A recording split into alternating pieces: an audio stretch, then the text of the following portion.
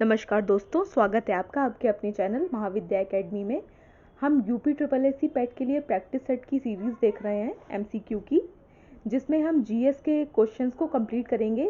ये सारे ही क्वेश्चन आपके प्रीवियस ईयर में आए हुए हैं और वो क्वेश्चंस हैं जो आने की आपकी बहुत ज़्यादा चांसेस हैं। ठीक है, हम अब तक एंशंट हिस्ट्री को कंप्लीट कर चुके हैं, प्राचीन भारत का इतिहास हमने पूरा कर लिया है और मध्यकालीन भारत का इतिहास भी हम लगभग कंप्लीट कर चुके हैं। ये मध्यकालीन भारत के इतिहास का लास्ट वीडियो है।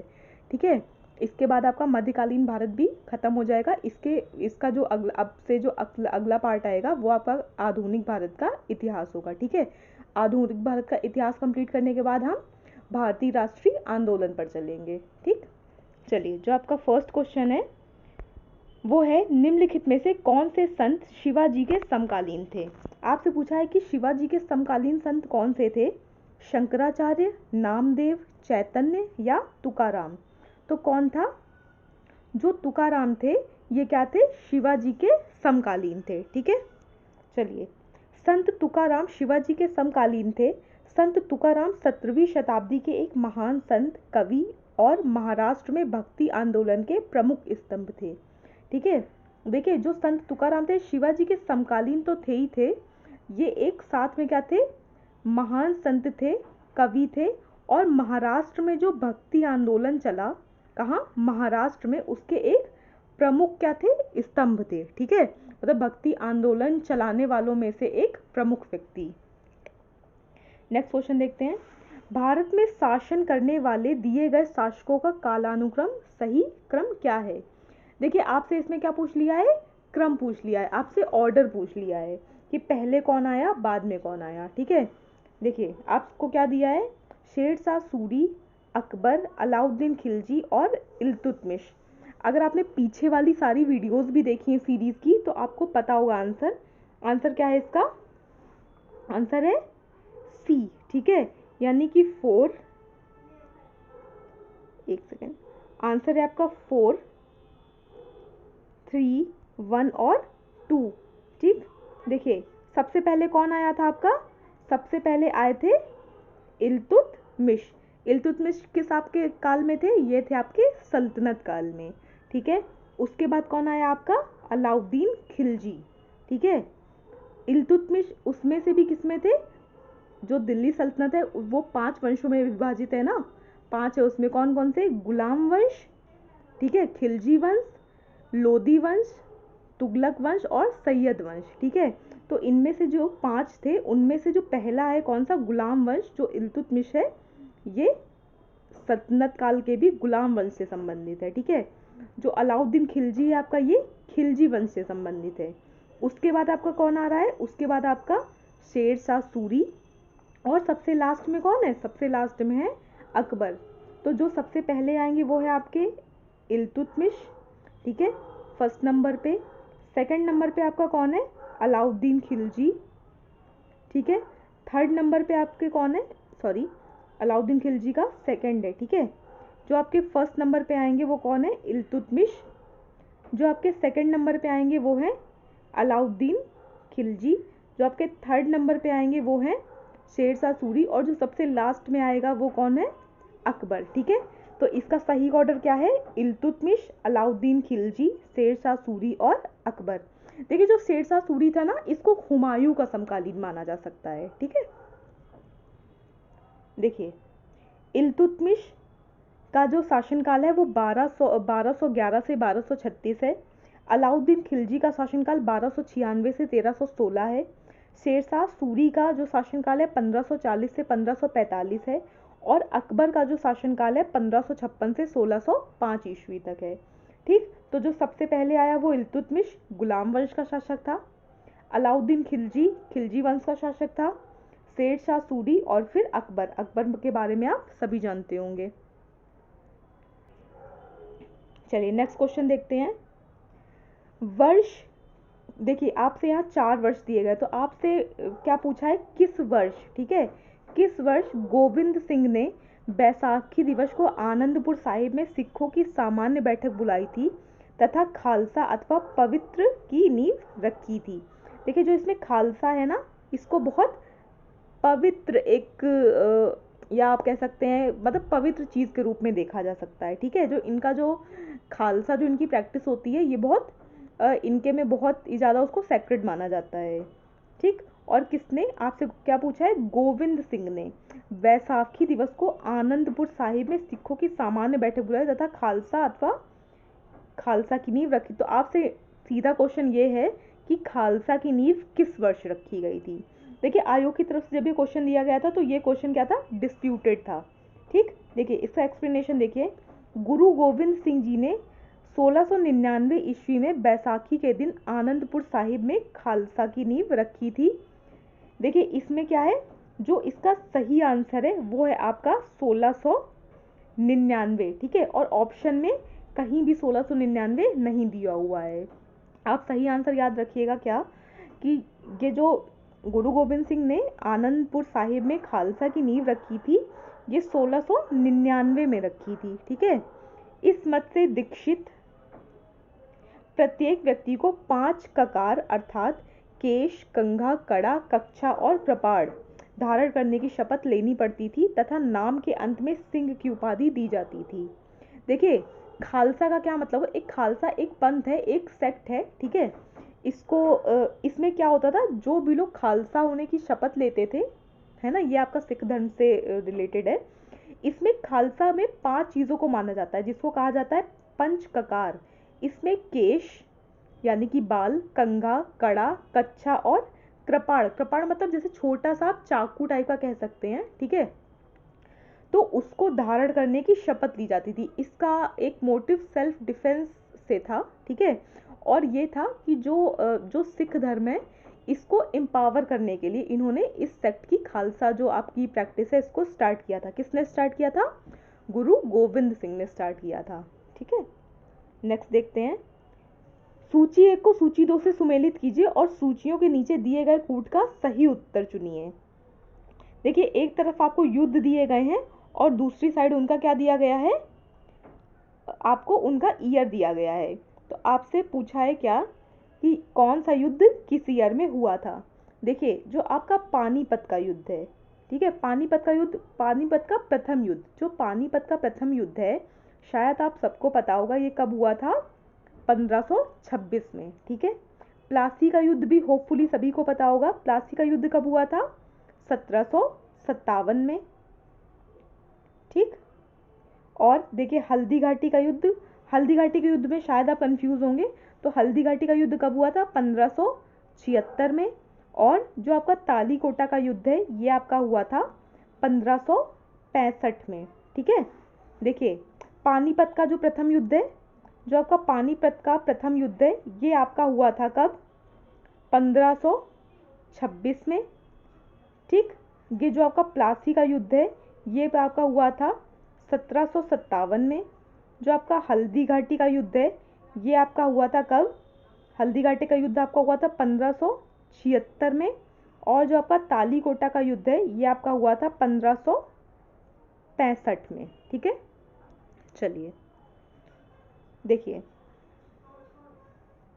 पानीपत का प्रथम युद्ध 1526 ईस्वी में बाबर और इब्राहिम लोदी के बीच हुआ था। प्लासी का युद्ध 1757 ईस्वी में बंगाल के नवाब सिराजुद्दौला एवं अंग्रेजों के मध्य हुआ था। हल्दी घाटी का युद्ध मुगल सेना व राजपूत राणा महाराणा प्रताप के मध्य 1576 ईस्वी में लड़ा गया था। तालीकोटा का युद्ध 1565 ईस्वी में विजयनगर एवं बहमनी राज्यों की संयुक्त सेनाओं के मध्य लड़ा गया था। इस संयुक्त सेना में बराड़ शामिल नहीं था। देखिए जब आपसे युद्ध पूछे जाते हैं ना तो उसमें ज़्यादातर क्या पूछा जाता है, या तो उनका समय पूछा जाता है कि वो कब हुआ था, किस ईयर में हुआ था, या आपसे ये पूछा जाता है कि ये किन दो सेनाओं या किन दो लोगों के बीच लड़ा गया था। देखिए जो आपका पानीपत का प्रथम युद्ध था ये बाबर और इब्राहिम लोदी के बीच हुआ था 1526 में। ठीक है, जो आपका प्लासी का युद्ध था ये सिराजुद्दौला और अंग्रेजों के मध्य हुआ था 1757 में। जो आपका हल्दी घाटी का युद्ध था ये 1576 में हुआ था महाराणा प्रताप और मुगलों के बीच में। और जो आपका तालीकोटा का युद्ध है ये आपका 1565 में हुआ था विजयनगर और बहमनी राज्यों की संयुक्त सेनाओं के बीच में। ठीक है, चलिए नेक्स्ट क्वेश्चन देखते हैं। निम्नलिखित में से कौन सा विकल्प सही ढंग से मेल नहीं खाता है? ठीक है, देखिए नहीं खाता है पूछा है, ये नहीं पूछा कि कौन सा खाता है, आपसे पूछा है कौन सा नहीं खाता है। देखिए 1333 इब्न बतूता भारत पहुंचे, 1506 गुरु नानक देव का जन्म, 1290 मार्को पोलो ने भारत का दौरा किया, या 1498 वास्को डिगामा कालीकट में आया। देखिए जहाँ तक आपको पता होना चाहिए, क्या आपको डी वाला पॉइंट तो पक्का पक्का पता होगा कि वास्को डिगामा 1498 में भारत आया था। ठीक है, और आपको इब्न बतूता का भी पता होगा कि 1333 में इब्न बतूता भारत आया था। और इसका जो सही आंसर है, मतलब जो नहीं है इसमें, वो कौन सा है? 1506, क्योंकि जो गुरु नानक देव हैं इनका जन्म कब हुआ था? इनका जन्म 1469 में हुआ था। और कहाँ पर हुआ था? तलवंडी में। ठीक है, तलवंडी में हुआ था, पंजाब के तलवंडी नामक प्रांत में हुआ था। और इस टाइम ये जो तलवंडी है ये पाकिस्तान देश में आता है। ठीक है, देखिए तो आपका जो फर्स्ट ऑप्शन है इब्न बतूता 1333 में भारत आया। ये देखिए, ये बाकी पॉइंट्स भी याद रखिएगा, एक क्वेश्चन से आपके 2 से 3 4 5 क्वेश्चन तक बनते हैं। ठीक है, देखिए इस क्वेश्चन में इस पॉइंट को इसकी जगह पे बस क्या लिख लीजिए 1469 लिख लीजिए, और बाकी जो 3 है उनको भी याद कर लीजिए, आपसे ये भी पूछे जा सकते हैं। ठीक है, देखिए जो आपका सी नंबर है 1290 में मार्को पोलो भारत आया था, और 1498 में वास्को डिगामा भारत आया था। ठीक है, कालीकट स्थित कालीकट के बंदरगाह पे पहुंचा था वो। देखिए गुरु नानक देव का जन्म 1469 ईस्वी में तलवंडी पंजाब में हुआ था। और ये जो तलवंडी है पंजाब का, ये अब कहाँ है? पाकिस्तान के ननकाना साहिब में है। ठीक है, वह पंजाब के खत्री परिवार से, वह कौन? गुरु नानक देव। ठीक है, वह पंजाब के खत्री संप्रदाय नामक उससे संबंधित थे। ये सिखों के पहले गुरु थे। ठीक है, कौन सिखों के पहले? आपसे क्वेश्चन ये भी तो पूछा जा सकता है ना कि सिखों के पहले गुरु कौन थे? तो सिखों के पहले गुरु थे आपके गुरु नानक देव। ठीक है, चलिए नेक्स्ट क्वेश्चन देखते हैं। भक्ति आंदोलन को उत्तर भारत में लाने का श्रेय निम्नलिखित में से किसको जाता है? आपसे ये पूछा है कि जो भक्ति आंदोलन था उसको उत्तर भारत में कौन लेकर आया था, या उसका प्रचार प्रसार उत्तर भारत में, नॉर्थ इंडिया में किसने किया था? रामानुज ने, मध्वाचार्य ने, रामानंद ने ना, या रामदास ने? तो जो स्वामी रामानंद थे ना, इन्होंने ही यही भक्ति आंदोलन को उत्तर भारत यानी कि नॉर्थ इंडिया के पोर्शन में लेकर आए थे। ठीक है, देखिए उत्तर भारत में भक्ति आंदोलन को प्रारंभ करने का श्रेय रामानंद को है। वह रामानुजाचार्य के शिष्य थे। इन्होंने सगुण उपासना पर बल दिया था। जो देखिए रामानंद ये जो हैं, ये किसके शिष्य हैं? आचार्य रामानुजाचार्य के ये शिष्य थे। ठीक है, और इन्होंने भक्ति आंदोलन के किस पक्ष पर बल दिया? सगुण उपासना पर। ठीक है, चलिए नेक्स्ट क्वेश्चन देखते हैं। किस सिख गुरु ने आदि ग्रंथ संकलित किया था? ये होपफुली सबको पता होगा, क्या कि जो आदि ग्रंथ है ये किसने लिखा था? गुरु अर्जुन देव ने लिखा था। ठीक है, तो जो आपका आदि ग्रंथ है ये गुरु अर्जुन देव के द्वारा लिखा गया है। देखिए गुरु ग्रंथ साहब अथवा आदि ग्रंथ का संकलन सिखों के 5वें गुरु अर्जुन देव ने किया था। गुरु अर्जुन देव ने अमृत काल में हर मंदिर साहिब की नींव रखवाई। कालांतर में रणजीत सिंह द्वारा हर मंदिर साहब में स्वर्ण जड़वाने के बाद अंग्रेजों द्वारा इसे स्वर्ण मंदिर या गोल्डन टेम्पल नाम दिया गया। विद्रोही खुसरो का समर्थन करने के कारण 1606 में मुगल बादशाह जहांगीर ने राजद्रोह के आरोप में अर्जुन देव को मृत्युदंड दे दिया था।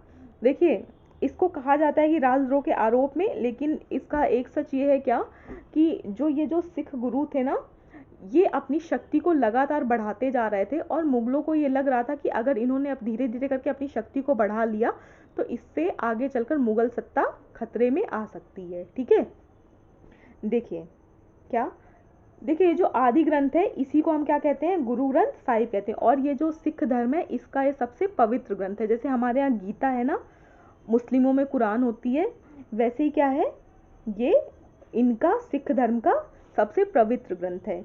और ये जो आपके गुरु अर्जुन देव थे, ये जो इसके रचयिता हैं, ये क्या है, ये सिखों के 5वें गुरु हैं। ये पॉइंट याद रखिएगा, जो गुरु अर्जुन देव हैं ये क्या हैं, ये सिखों के 5वें गुरु हैं, ठीक है। और इन्हीं गुरु अर्जुन देव ने ही अमृतसर में हरमंदिर साहब की नींव रखवाई थी।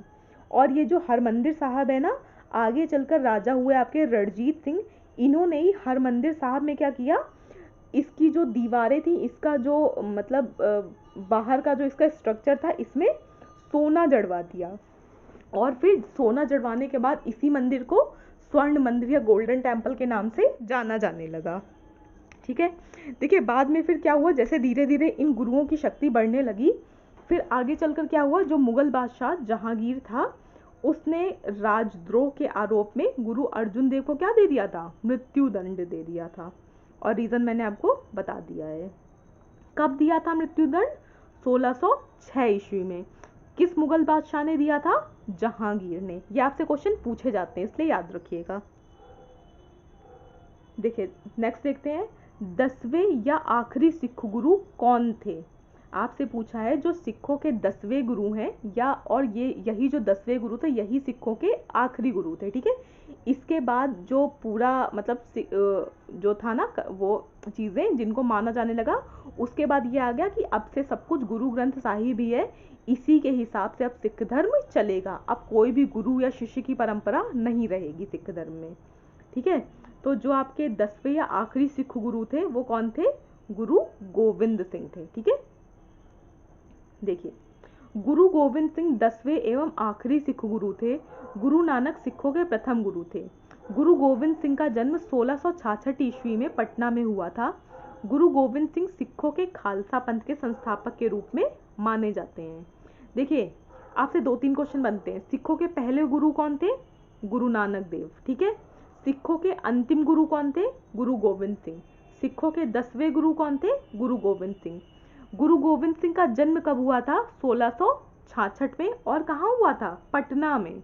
देखिए आपसे कभी कभी अगर इनका जन्म पूछ लिया जाएगा तो ज़्यादातर लोग क्या पंजाब या उधर का कोई एरिया लगा देंगे, ठीक है। लेकिन याद रखिएगा कि गुरु गोविंद सिंह का जन्म पटना में हुआ था। और जो आपका खालसा पंथ है, जो आपका खालसा सेक्ट है, इसकी स्थापना किसने की थी, गुरु गोविंद सिंह ने ही की थी, ठीक है। चलिए देखिए इसी के साथ आपका जो ये मेडाइवल हिस्ट्री है ये आपकी कंप्लीट होती है। और ये शायद 3 से 4 वीडियो में आपकी मेडाइवल हिस्ट्री कंप्लीट हो गई है। अब आगे के वीडियोस में हम मॉडर्न हिस्ट्री या आधुनिक भारत के इतिहास को देखेंगे। इस सीरीज़ को कंप्लीट देखिएगा, ये आपके जीएस के क्वेश्चंस के लिए बहुत ज़्यादा हेल्पफुल होगी। इस सीरीज़ को एक बार देखने के बाद आप 2 से 3 बार रिवीजन कर लेंगे या इसके शॉर्ट नोट्स बना लीजिएगा, ठीक है। आपके लिए बहुत ही ज़्यादा यूज़फुल रहेगा। आप पेट में या यूपी के किसी भी एग्ज़ाम में या किसी भी वनडे एग्ज़ाम में 95 के आसपास क्वेश्चन सही करके आएंगे, 95% के आसपास, ठीक है। वीडियो देखने के लिए thank you so much. Channel को लाइक शेयर एंड सब्सक्राइब करना मत भूलिएगा।